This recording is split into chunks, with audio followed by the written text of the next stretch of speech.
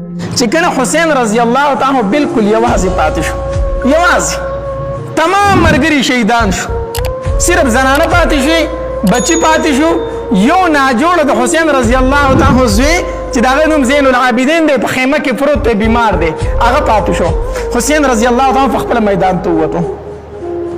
مقابل فوج والا وی قسم په الله کو د حسین په شانتي بهادر مونږ لیدلی،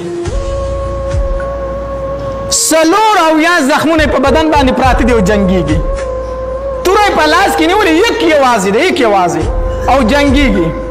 خو د یزید د پوج کې چې کوم کسان دي هغې کې هم اړتن شاته کېږي د حسین رضی الله تعالی نه، دا یېرېږي چې هسې نه زما وینې د نبي علیه السلام، زما لاسونه د نبي علیه السلام د نصیب په وینو چېرته ککړ نه شي. هر سړی وروسته کېږي چې زما د لاسه حسین شهید نه شي، وروسته کېږي دي. حسین رضی الله تعالی په اس باندې جنګیږي، خو یو ظالم راغی اس یې ولږو او مړ یې ولکو.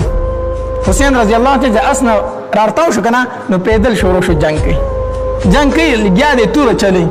په دې کې یو بدبخته راغی او ګزار یې پرې وکړو، د حسین رضی الله تعالی دا چپ لاس یې پرې کړو، چې پرې کړو په دې کې بل ظالم راغی د شا غاړې نیزه یې په حسین رضی الله کې داسې وټومبله چې اخوا دې خوا ته ووتله، چې ووتله حسین رضی الله تعالی ځمکې ته راتاو شو او شهید شو. چې شهید شو دننه چې کوم ناجوړه بچی په خیمه کې پروت کوم زوی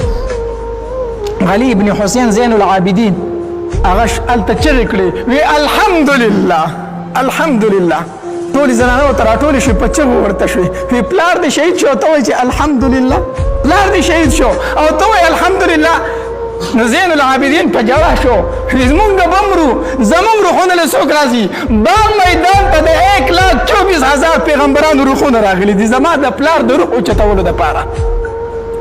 د حسین د روح دپاره د 1,24,000 پیغمبرانو روحونه میدان ته حاضر شوي، ځکه مې وایي چې الحمدلله. الله چې کله حسین رضی الله تعالی شهید شو که نه، دلته عبیدالله بن زیاد لعین لا د حسین رضی الله تعالی سر په خانک کې راوړلی شو، سر یې پرې کړی دی او خانک کې ایښی دی، او عبیدالله بن زیاد چې کوم د کوفې ګورنر دی هغه د حسین رضی الله تعالی سر راوړو، داسې ورته مخې ته کېښودو. روایتو کې راځي، تاریخ لیکي، وایي د عبیدالله بن زیاد د ملعون سره، د دې لعین سره یوه لخته په لاس کې وه داسې که نه، وایي د حسین رضی الله تعالی دا شونډې پې داسې والي، دا شونډې پې داسې والي که نه، او د حسین رضی الله تعالی د حسن مشهور، خلکو به وي حسین ډېر ښایسته دی، نو دا شونډې پې داسې والي، وي خلک وایي چې حسین ډېر ښایسته دی، مړه په دې کې کوم ځای ښایسته دی؟ او بیا ورله دا پوزه داسې واله که نه، چې دا پوزه یې په لخته واله، یو صحابي چغې کړې په جړا شو، او د